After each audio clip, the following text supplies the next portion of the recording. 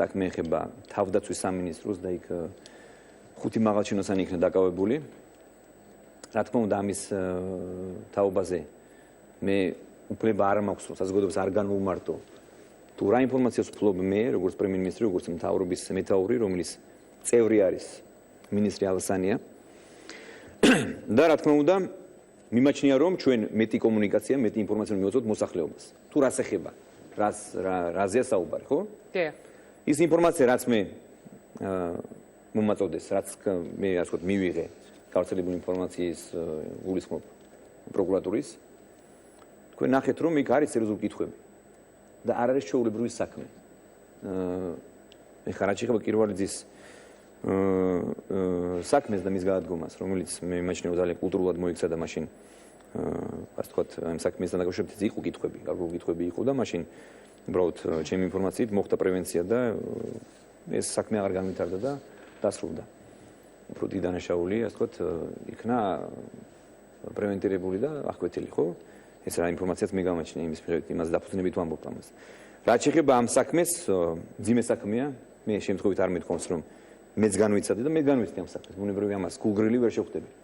როცა საქმე ეხება ჩემი მთავრობის ერთ-ერთი მთავარი მინისტრის, თავდაცვის მინისტრის უწყებას და იქ აგორებულ, სკანდალს როგორც თქვენ ამბობთ და კორუფციულ საქმეს შესაძლო სავარაუდო კორუფციულ საქმეს და იქ არსებულ გამოძიებას და ხუთი ადამიანის დაკავებას, რა თქმა უნდა, მეც ვგზნობ ჩემს სტილს ვალდებულებას და პასუხისმგებლობას რომ ადამიანს განვუმარტო, მოსახლეობას განვუმარტო. თუ რასთან გვაქვს საქმე? არის მართლა რეალურად ასეთი ფაქტი არ არის.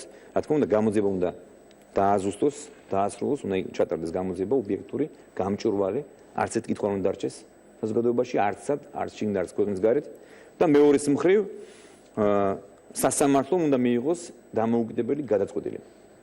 მხოლოდ ამის შემდეგ შეიძლება ვიმსჯელოთ ჩვენ. და მე მინდა უბრალოდ საზოგადოებას განვუმარტო, რომ რა თქმა უნდა მძიმეა, მეც მაქვს შეკითხვები და მე ვინაიდან არ მინახავს მინისტრი ალასანია. ალასანიასთან გაქვთ შეკითხვები? არა, ბუნებრივია, მეც მაქვს შეკითხვები, რაც ალბათ ყველა ნებისმიერ მოქალაქეს შეიძლება აქვს კითხვები და მეც ვაპირებ საუბარს, თვითონაც დაინტერესდება, თუნდაც განმარტავს მოქალაქეებისთვის, თუ რასთან გვაქვს საქმე, ხო? ამას გარკვევა სჭირდება, ამის ასე ვთქვათ, ესე გუგრილი დამოკიდებულება არ შეიძლება. ის რაც ჩვენ მოვისმენთ პროკურატურისგან, თუ ეს ასეა და თუ ეს სავარაუდო ასე ვთქვათ დანაშაული, რომელზეც საუბარი არის დამტკიცდება, რა თქმა უნდა, მძიმე გადაწყვეტილება იქნება და მძიმე პასუხისმგებლობას დააყენებს სამინისტროს მაღალჩინოსნების. მათ შორის მინისტრის? არ მე არ ვიცი, მე ვერ გეტყვით ვერაფერს წინასწარ, მე არ ვარ ასე ვთქვათ გამოძიებელი, მე არ ვარ პროკურორი. მე მინდა გითხრათ ორივე უწყება რეალურად ჩემს დაქვემდებარებაშია, ხო? პირდაპირ თუ არა პირდაპირ. და მე ორივეს განვიცდი. თუ ერთმა ვერ დაამტკიცა მეორეს დანაშაული, ან პირიქით მოხდა, რა თქმა უნდა, ჩემს ორივე შემთხვევაში არის ტკივნეული და მე ამას განვიცდი, რომ ჩემ მთავრობას ეხება. და თუ რამე ფუჭდება ან კეთდება, ამას მე ვარ პასუხობელია საბოლოო ჯამში, ანუ მე ვიღებ ჩემს წილს ვალდებულებას, რომ მოსახლეობას განვუმარტო რა მოხდა. ანუ ორიდან ერთ-ერთის პასუხისმგებლობა ყველა შემთხვევაში დადგება? მოდით ასე დაგისვათ მაშინ ამ შეკითხვას. არა, მე ასე არ დავაყენებ საკითხს. მე უნდა ჩვენ დაველოთ გამოძიებას. დიახ. და პროკურატურა მაქსიმუმად ღია იქნება და გამჭვირვალედ წარმართავს გამოძიებას, რომ არც ერთ კითხვა არ დარჩეს. მეორეს მხრივ თავის სამინისტრო უნდა იყოს მოტივირებული, მოწოდებული, რომ ნებისმიერ კითხვაზე გასცეს პასუხი.